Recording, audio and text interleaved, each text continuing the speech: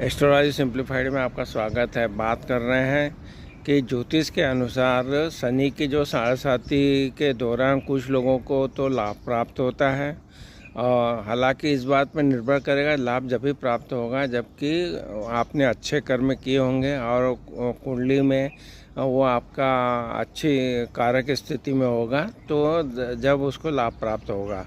तो इस तरह से देखेंगे तो इससे क्या क्या लाभ हो सकते हैं। तो जो शनि कर्म कारक है तो कैरियर जो आपका लंबे समय से रुका हुआ रहता है तो शनि के साढ़े साती में वो उसमें सफलता प्राप्त होती है आपको।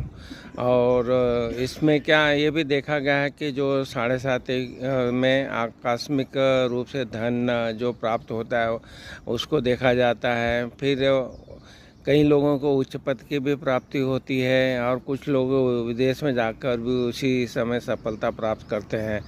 इससे अपेक्षा से बढ़कर लाभ मिलता है और सम्मान मिलता है, वैभव मिलता है, ये सब की प्राप्ति होती है उसे।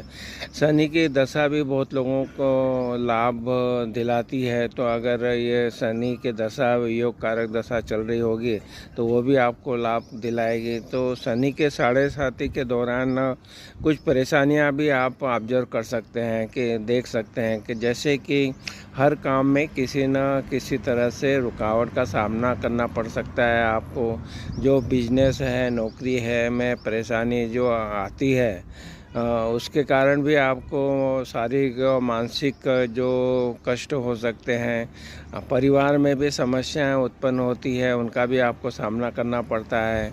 और जो खर्चे हैं वो बेफजूल की चीज़ों में खर्चे होते हैं।